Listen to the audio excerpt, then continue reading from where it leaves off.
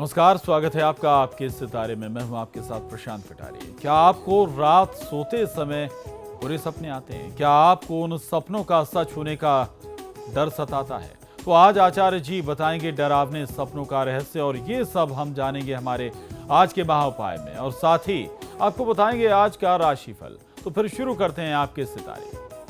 रात को आते हैं बुरे सपने, सपने सच होने का सताता है डर। जानिए पंडित वैभवनाथ शर्मा से डरावने सपनों का रहस्य। तो आपके सितारे में आप अपनी हर परेशानी का हल प्राप्त कर सकते हैं और अपने सवाल पूछ सकते हैं। स्टूडियो में साथ देने के लिए मौजूद हैं विश्वविख्यात ज्योतिषाचार्य और वास्तुशास्त्री पंडित वैभवनाथ शर्मा जी। आचार्य जी, हार्दिक स्वागत है आपका स्टूडियो में। तो यदि आपके मन में कोई सवाल है तो आप भी हमें कॉल कर सकते हैं। हमारे नंबर्स लगातार आपकी टीवी स्क्रीन पर फ्लैश किए जा रहे हैं। आप हमें हमारे टोल फ्री नंबर पर भी कॉल कर सकते हैं। आप हमसे सीधी बात कर सकते हैं। हमारा टोल फ्री नंबर है 1800-102-6303। आप इस नंबर पर मुफ्त में कॉल करें। इसके अलावा आप हमारे लैंडलाइन नंबर्स 0120-464-6332, 0120-464-6327 पर भी कॉल करके हमसे सीधी बात कर सकते हैं। तो चलिए सबसे पहले आचार्य जी से जान लेते हैं आज का पंचांग। जी बिल्कुल, आज का पंचांग इस प्रकार है। विक्रम संवत 2072 मास चल रहा है। आषाढ़ का ये अधिक मास है, आपको जानकारी ही है। तिथि है कृष्ण पक्ष की अष्टमी तिथि, गुरुवार का दिन है। नक्षत्र है रेवती, योग है अतिगंड और करण है कौलव। चलिए अब जान लेते हैं 12 राशियों का हाल और आज का दिन कैसा रहने वाला है आपका। सबसे पहले बात करेंगे मेष राशि की। मेष राशि वाले जातक लोगों के लिए, खासतौर पर नौकरी पेशा लोगों के लिए आज की दिनचर्या में आपके अपने उच्चाधिकारियों के कारण आपके कष्ट कुछ बढ़ सकते हैं। अपने व्यावसायिक क्षेत्र का विस्तार करने के लिए व्यापारी बंधु लोगों के लिए यह समय बहुत पक्ष में कहा जा सकता है। आज के दिन को शुभ बनाने के लिए ओम कठोराय नमः मंत्र का 108 बार जाप कर लेना आपके लिए सर्वोत्तम होगा। और आज की दिनचर्या में किसी भी व्यक्ति के साथ किसी भी प्रकार का कठोर व्यवहार करने से आपको बचना चाहिए। चलिए अब जान लेते हैं वृषभ राशि वाले आज के दिन को अच्छा बनाने के लिए क्या करें और क्या नहीं। वृषभ राशि वाले जातक लोगों के लिए कार्यों में जोश और उत्साह का भाव बनाए रखने की आवश्यकता है। आपको आज की दिनचर्या में धन और नाम यानी कीर्ति प्रसिद्धि दोनों की प्राप्ति हो सकती है। आज के दिन को शुभ बनाने के लिए ओम त्रिपुरांतकाय नमः मंत्र का 108 बार जाप कर लेना आपके लिए सर्वोत्तम होगा। बिना सोचे समझे कोई निर्णय करने से बचना चाहिए। और चलिए अब जान लेते हैं मिथुन राशि वाले जातकों का हाल क्या है, आखिर क्या कुछ कहते हैं आपके सितारे। मिथुन राशि वाले जातक लोगों के लिए आज की दिनचर्या में नए लोगों से आपकी मुलाकात होगी। आज आपको अकेले में रहने का मन कर सकता है। एकांत प्रिय आज आप थोड़ा सा हो सकते हैं। आज के दिन को शुभ बनाने के लिए ओम वृषांकाय नमः मंत्र का 108 बार जाप कर लेना आपके लिए सर्वोत्तम होगा। क्रोध करने से आज आपको बचना चाहिए। और अब जानते हैं कर्क राशि वाले जातकों के बारे में। आखिर दिन को शुभ बनाने के लिए आपको क्या करना है क्या नहीं, ये जानें। कर्क राशि वाले जातक लोगों के लिए आज की दिनचर्या में जोश, उत्साह और अपनी ऊर्जा शक्ति को बनाए रख करके आप अपने कार्य क्षेत्रों में आ रही बाधाओं को दूर करके वृद्धि और लाभ प्राप्त कर सकते हैं। ऐसा संयोग आपके लिए बन रहा है। तो आज अपनी शुभ ऊर्जा को बनाए रखने की आवश्यकता है और आवश्यकता है कि आप उसका लाभ ले सकें। आज के दिन को शुभ बनाने के लिए ओम वृषभारूढ़ाय नमः मंत्र का 108 बार जाप कर लेना आपके लिए सर्वोत्तम होगा। किसी भी प्रकार की शारीरिक समस्या या कोई अगर पुराना रोग आपको उभर जाए, कोई नई समस्या आपके समक्ष आ जाए, तो उसको आपको अनदेखा आज नहीं करना चाहिए। और अब जान लेते हैं सिंह राशि वाले जातकों के बारे में। आखिर अच्छा बनाने के लिए दिन को वो क्या करें और क्या नहीं। सिंह राशि वाले जातक लोगों के लिए आपकी आजीविका और आपके आय का प्रत्यक्ष संबंध बना हुआ है। निराशा के भाव आ जाने के योग बनते हैं। आज आप जितनी मेहनत करेंगे उतना आप लाभ प्राप्त कर सकते हैं, उतनी आपको सफलता मिले, ऐसे लक्षण आपके लिए बन रहे हैं। आज के दिन को शुभ बनाने के लिए ओम भस्मोद्वेलित विग्रहाय नमः मंत्र का 108 बार जाप कर लेना आपके लिए सर्वोत्तम होगा। किसी भी प्रकार का तनाव लेने से बचना चाहिए। चलिए अब जान लेते हैं कन्या राशि वाले आज क्या करें क्या नहीं। कन्या राशि वाले जातक लोगों के लिए आपका कोई करीबी व्यक्ति आज आपको मेहनत करने के लिए प्रेरित और उत्साहित कर सकता है। आपको उस व्यक्ति की बात को मानना चाहिए, उस पर अमल करना चाहिए और लाभ लेना चाहिए। आज के दिन को शुभ बनाने के लिए ओम साम प्रियाय नमः मंत्र का 108 बार जाप कर लेना आपके लिए सर्वोत्तम होगा। आज की तिथि में आप यात्रा न करें तो आपके लिए ज्यादा उत्तम है।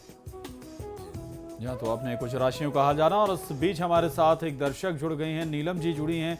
नीलम जी, क्या जानना चाहती हैं आप? जी, मैं ये जानना चाहती हूँ कि हमें 20 साल हो गए कोशिश करते हुए, लेकिन मकान नहीं बन पा रहा है। जी बिल्कुल, आप अपना जन्म विवरण बताइए। जी, अपना जन्म विवरण बताइए। मेरा जन्म है 4 फरवरी। जन्म का वर्ष भी बता दें, बड़ी कृपा होगी। जन्म का वर्ष 1970। समय और स्थान बताएं। हमें रामपुर, सुबह 8:40 पे। रात को या सुबह 8:40? सुबह सुबह। जी, जन्म का स्थान बता दीजिए। रामपुर, जिला रामपुर। देखिए, आपने कहा कि बहुत प्रयास के बावजूद भी आपको अपने भवन की प्राप्ति नहीं हो पा रही है। तो आपकी जन्मपत्रिका के अनुसार राहु की महादशा में शुक्र की अंतर्दशा चल रही है। ये जो समय है आपके लिए कष्टकारी, विघ्नकारी समय दिखाई देता है। ऐसा लगता है कि आपके सपने को साकार करने में अभी आपको समय लगेगा, और अपने भवन प्राप्ति का सपना अभी से 5 साल बाद यानी 2020 के बाद ही आपकी कुंडली में योग बनता है कि ये कार्य सफल हो पाए। ऐसे में अभी लाभ प्राप्त करने के लिए भगवान विष्णु और माँ लक्ष्मी की पूजा आराधना आपको करनी चाहिए।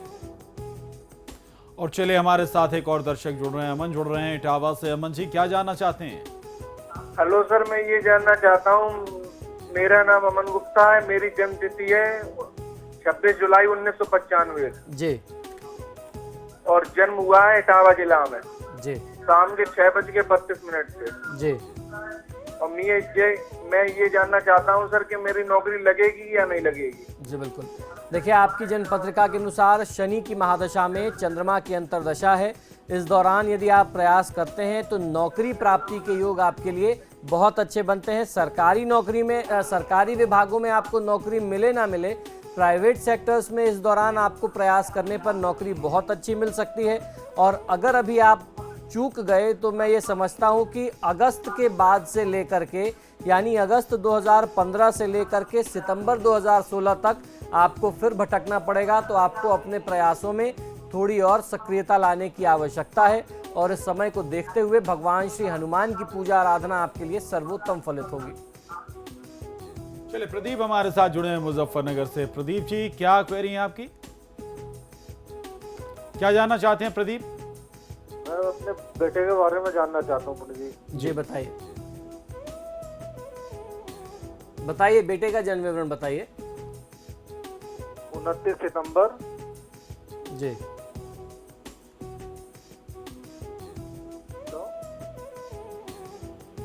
1995। समय और स्थान बताएं। दिन शुक्रवार। जी आप बोलिए, आपकी आवाज हमें मिल रही है, आप समय नष्ट मत करिए। दिन शुक्रवार। जी, समय और स्थान बताएं। 4:17 शाम को मुजफ्फरनगर। जी, देखिए आपके इस बच्चे की जन्म पत्रिका में बुध की महादशा में शनि की अंतर्दशा चल रही है। बुध इसके लिए अष्टम भाव का स्वामी होने के साथ साथ पंचम भाव का भी स्वामी है। और शनि की जो दशा है, शनि लग्न में बैठा हुआ अपनी राशि में, कुंभ लग्न की इनकी कुंडली बनती है। शनि जो है वह लग्न के साथ साथ 12वें स्थान के स्वामी है। तो इस दौरान आपको इस बच्चे के स्वास्थ्य का बहुत ज़्यादा ध्यान रखना पड़ेगा। स्वास्थ्य संबंधी कुछ समस्या आ जाए ऐसे योग बनते हैं। भाग्य स्थान में मंगल राहु का जो संयोग है वो इस बच्चे को बहुत परेशान करेगा। समय रहते इसका आपको निदान कर लेना चाहिए। वर्तमान समय में बच्चे को प्रेरित करें कि भगवान गणेश की पूजा आराधना ये करें। और चलिए पुष्पेंद्र हमारे साथ जुड़ गए हैं ललितपुर से। पुष्पेंद्र जी, क्या जानना चाहते हैं?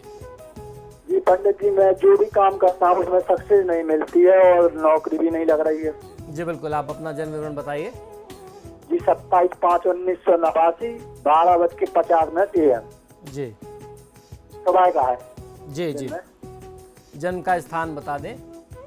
जी, जिला ललितपुर, यूपी। जी, देखिए आपकी जन्म पत्रिका के अनुसार बृहस्पति की महादशा में बृहस्पति की ही अंतर्दशा है। मैं समझता हूं कि इस समय में अगर आप थोड़ा सा प्रयास करें तो अभी तक आपने जितनी असफलता देखी है उस असफलता को पीछे छोड़ते हुए आप बहुत अच्छी सफलता को प्राप्त कर सकते हैं। इस दौरान आप जितनी ज़्यादा से ज़्यादा भगवान विष्णु की पूजा आराधना करें आपको उतना अच्छा लाभ मिलेगा। यदि संभव हो जाए तो आपको एकादशी का व्रत अवश्य रखना चाहिए। ये एकादशी का व्रत करके अगर आप 1 साल तक इस व्रत को करते हैं और हर एकादशी पर अपने घर में सत्यनारायण भगवान की कथा कराते हैं तो मैं आपको ये गारंटी दे सकता हूँ कि 1 साल में आपकी परिस्थिति बदल जाएगी। बृहस्पति का योग, बृहस्पति की स्थिति आपके लिए बहुत अच्छी है और ये समय अभी अभी शुरू हुआ है, 12 मई से शुरू हुआ है। इस समय का लाभ लेने का प्रयास आपको अवश्य करना चाहिए। चलिए एक और दर्शक ताराचंद जी जुड़े हैं देहरादून से। ताराचंद जी क्या जानना चाहते हैं और विवरण बताएं अपना। सर, मैं बेटे के बारे में जानना चाहता हूँ। जी बिल्कुल, बताइए। 2 अक्टूबर 1985, जी सुबह का 9:15 का जन्म है, देहरादून। जी इसकी शादी का योग और सरकारी नौकरी के बारे में जानना जी चाहता हूँ। देखिए मंगल की महादशा में शनि की अंतर्दशा चल रही है। मंगल इनके लिए एक तरफ सप्तम भाव के स्वामी हैं, दूसरी तरफ दूसरे स्थान के स्वामी होकर के आय भाव में यानी 11वें स्थान में शुक्र के साथ संयोग बना रहे हैं। शनि की जहां तक बात कर लें तो शनि चतुर्थ और पंचम भाव का स्वामी है और दूसरे स्थान में बैठा हुआ है मंगल के घर में।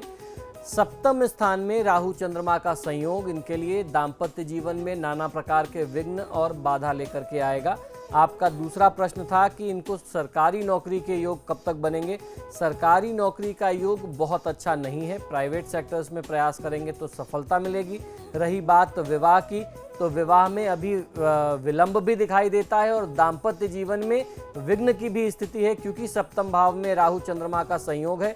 तो समय रहते इन योगों का आपको निदान करा लेना चाहिए, तब कहीं जाकर के बच्चे के विवाह में जो बाधाएं हैं, जीवन में आगे बढ़ने के मार्ग में जो बाधाएं हैं वो दूर होंगी और दाम्पत्य जीवन सुखी हो पाएगा।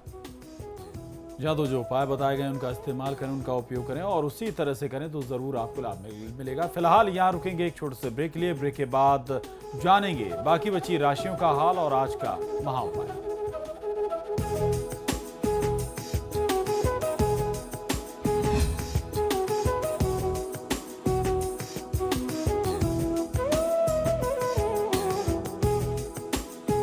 ब्रेक के बाद एक बार फिर आपका स्वागत है और जान लेते हैं बाकी बची राशियों का हाल और बात करते हैं तुला राशि की। तुला राशि वाले जातकों का हाल आज कैसा रहने वाला है, जानते हैं। तुला राशि वाले जातक लोगों के लिए आज की दिनचर्या में आपके अंदर थोड़ा सा चिड़चिड़ापन ज्यादा होगा और उस चिड़चिड़ेपन के चलते अपने लोगों के बीच में असहयोग की भावना आप प्रदर्शित कर सकते हैं। यानी यूं कहा जाए कि आज की दिनचर्या में आपके अंदर असहयोग की भावना लोगों के साथ बहुत ज्यादा रहेगी। वो आपके अपने परिजनों के साथ भी, अपने परिवार में भी हो सकता है और अपने कार्यक्षेत्र में भी हो सकता है। लेकिन ये जो स्वभाव, ये जो भावना आपके अंदर आज जन्म ले रही है, पल रही है, ये आपके संबंधों के लिए बहुत ज्यादा नुकसानदायक है। आपके संबंध इससे प्रभावित हो सकते हैं। तो ऐसी भावनाओं पर आपको नियंत्रण रखने की आवश्यकता है।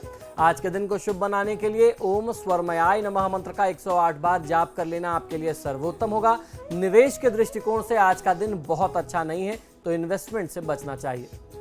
चलिए अब जान लेते हैं वृश्चिक राशि वाले जातकों का हाल आज के दिन कैसा रहने वाला है आपका। वृश्चिक राशि वाले जातक लोगों के लिए अपने मित्रों पर आज की तिथि में, इस अवधि में आप विश्वास कर सकते हैं। वाद विवाद के स्थानों से स्वयं को दूर रखने का प्रयास आज आपको करना चाहिए।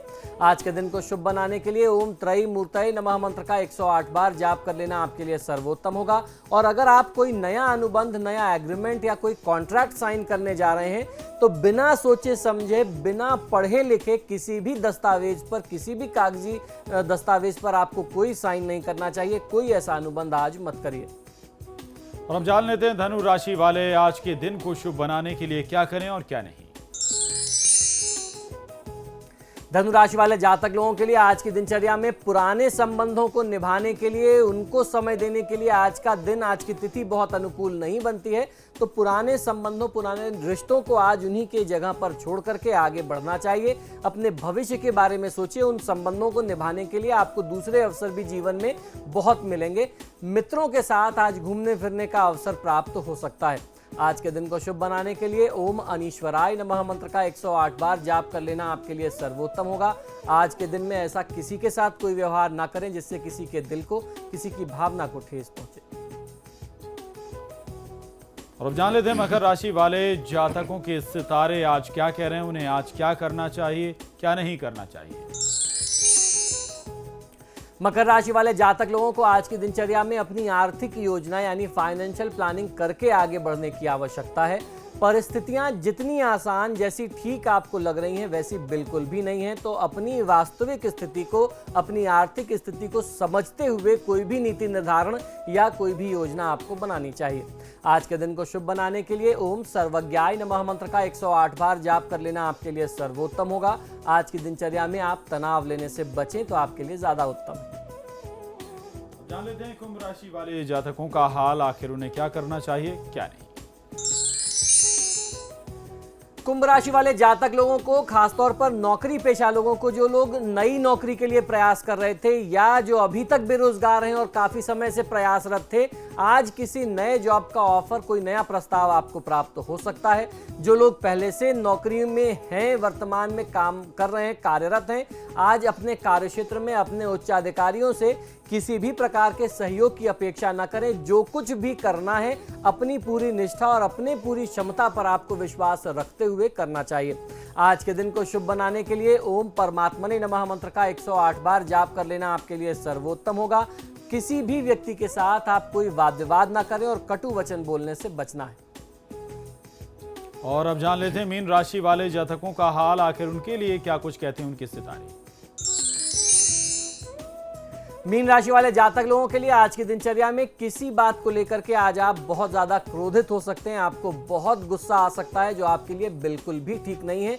अपने गुस्से की वजह से आप अपना बहुत बड़ा नुकसान कर सकते हैं। तो अपने क्रोध को नियंत्रण में रखना चाहिए। आज जल्दीबाजी में आकर के कोई बड़ा निर्णय ना करें, इससे आपके कोई बड़े निर्णय गलत हो सकते हैं। तो गलत कदम उठाने से बचना है, सूझबूझ के साथ निर्णय करिए। आज के दिन को शुभ बनाने के लिए ओम द्विजप्रियाय नमः मंत्र का 108 बार जाप कर लेना आपके लिए सर्वोत्तम होगा। थोड़े से लाभ के लिए, क्षणिक फायदे के लिए किसी भी व्यक्ति को धोखे में रखना या धोखा देकर के लाभ पाने की जो फितरत है, ऐसे स्वभाव से आज बचना चाहिए। और चलिए अब जान लेते हैं क्या है आज का महा उपाय। जी बिल्कुल, आज के महा उपाय में हम लोग चर्चा करने वाले हैं कि कैसे होते हैं बुरे सपने, क्या संकेत मिलते हैं आपको अपने सपनों से, स्वप्न से, और आपको क्या उपाय करने चाहिए। स्वप्न एक ऐसा विषय है जिसके बारे में हमने पहले भी चर्चा की है और ये बहुत विस्तारित विषय है। इसके बारे में जितनी चर्चा की जाए वो कम है। सपनों के विषय में ऐसा माना जाता है कि ये भविष्य में होने वाली घटनाओं के संकेत भी देते हैं। इसी कारण से रामचरितमानस में आदरणीय श्री तुलसीदास जी ने सपनों के फलों का कई जगह उल्लेख किया है, जो बताते हैं कि सपनों में होने वाली घटनाओं को आप पूरी तरीके से नजरअंदाज यानी इग्नोर नहीं कर सकते। सपनों को इग्नोर नहीं किया जा सकता। इसीलिए समय समय पर सपनों का क्या प्रतिफल होता है ये भी हमने आपको जानकारी दी है। बुरे सपने आते हैं तो उनके नियंत्रण का, उस अशुभता का, उसके प्रभाव से बचने के लिए हाल ही में मैंने आपको 2 बहुत शक्तिशाली मंत्र भी बताए थे। इसी क्रम को आज हम लोग फिर से आगे बढ़ा रहे हैं। सपने आमतौर पर संकेत के रूप में होते हैं। ये कुछ न कुछ संकेत हमें जरूर देते हैं। कुछ संकेत शुभ फलों की सूचना देते हैं तो वहीं कुछ सपने जो हैं वह अशुभ फलों की सूचना देते हैं, अशुभ फलों का संकेत करते हैं।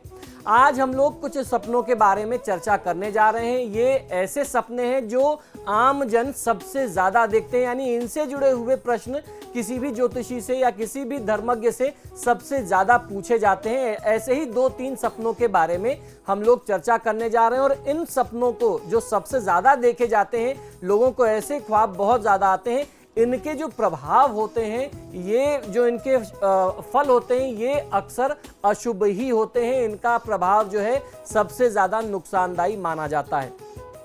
इन सपनों का आना मृत्यु के समान कष्टदायक होता है। ऐसा कष्टकारी ये स्वप्न हो सकता है। आइए जानते हैं कौन कौन से ये सपने हैं। मृत्यु करीब आ रही है, इससे आपको ये समझना चाहिए। ऐसा लक्षण कौन सा सपना बताता है कि आपकी मृत्यु अब निकट है। सपनों में अगर कोई स्त्री अथवा पुरुष स्वयं को वस्त्रहीन होकर के दक्षिण दिशा की ओर जाते हुए देखता है तो ये बहुत बड़ा अपशगुन सूचक स्वप्न होता है।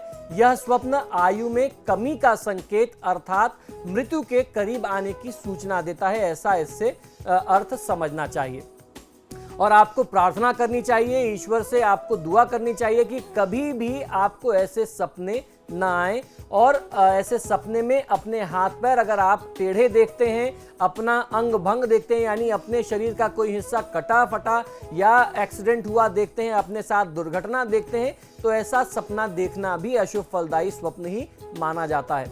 दूसरी बात यह कि खुद को विकृत वेशभूषा में देखना, अपने बाल मुंडित देखना, लाल अथवा काले वस्त्र पहन करके खुद को दक्षिण दिशा की ओर जाते हुए देखना भी मृत्यु के समान कष्टकारी फल का सूचक स्वप्न होता है। इससे आपको ये समझना चाहिए कि इस तरीके से अगर आप सपने देख रहे हैं तो ये आपके लिए बहुत कष्टकारी स्थिति भविष्य में उत्पन्न करने जा रहा है। दूसरा, लोग सर्पों से जुड़ा हुआ, सांपों से जुड़ा हुआ सपना बहुत ज्यादा देखते हैं। किसी भी स्थिति में सर्प के दर्शन स्वप्न में करना वो आपके लिए अनिष्टकारी ही है। अगर आप सर्प के दर्शन करते हैं बार बार तो ऐसे में आपको ये समझ लेना चाहिए कि या तो आपके घर में पितृदोष है, और अगर पितृदोष नहीं है और बार बार फिर भी सपने आ रहे हैं तो आपके आने वाले भविष्य में आपके साथ कुछ बुरा होने जा रहा है। साफ तौर पर इसको समझना चाहिए। सांपों से जुड़ा हुआ सपना कभी भी शुभ नहीं पाया गया है। मैंने आपको समय समय पर यह भी बताया है कि बुरे सपने आए तो आपको क्या काम करना चाहिए। आज फिर से आपको एक बात बता देता हूं, दोबारा याद दिला देता हूं। जब भी कभी आपको ऐसे बुरे सपने आते हैं तो तुरंत आपको अपनी शैया से, अपने बिस्तर से उठ करके घर में तुलसी का पौधा जहां कहीं भी हो, तुलसी के पौधे के पास जा करके सपने में देखे हुए सारे वृतांत को तुलसी देवी के समक्ष बोल देना चाहिए। और इसका दूसरा उपाय यह है कि आप हनुमान जी, भगवान विष्णु या महादेव के पास, भगवान शिव के पास भी अपने सपने का वर्णन कर दें और उनसे अपनी सुरक्षा की अगर आप प्रार्थना करके आप आकर के वापस अपने बिस्तर पर, अपनी शैया पर भगवान का स्मरण करते हुए सो जाएं तो सपने में आपने जो कुछ भी देखा, जैसा भी आपके साथ अनिष्ट होने वाला था, आपको जैसा भी लक्षण भगवान ने दिखाया, आपको उससे भगवान आपकी सुरक्षा प्रदान करेंगे। ऐसी प्रार्थना आपको करनी चाहिए। और आपने जो कुछ भी सपना देखा है, हर किसी व्यक्ति से उसकी आपको चर्चा नहीं करनी चाहिए। ऐसी मान्यता है कि तुलसी देवी को अशुभ स्वप्न बता देने से या किसी भी देवी देवता को जिनमें आपकी आस्था है, भगवान शंकर भी हो सकते हैं, हनुमान जी हो सकते हैं, देवी हो सकती हैं या भगवान विष्णु हो सकते हैं, किसी भी देवी देवता को अपने मन के भाव जो आपने स्वप्न देखे इसको बता देने से उसके जो अशुभ प्रभाव होते हैं वह कम हो जाते हैं और कम होकर के फिर धीरे धीरे समाप्त हो जाते हैं। अगर आप ऐसा करते हैं तो आपकी सुरक्षा निश्चित होती रहेगी। जी हाँ, तो आज आपने अपनी राशियों का हाल भी जाना, महाउपाय भी जाना, और इन तमाम जानकारी के लिए पंडित जी आपका बहुत धन्यवाद। जी, तो हमें दीजिए इजाजत। नमस्कार।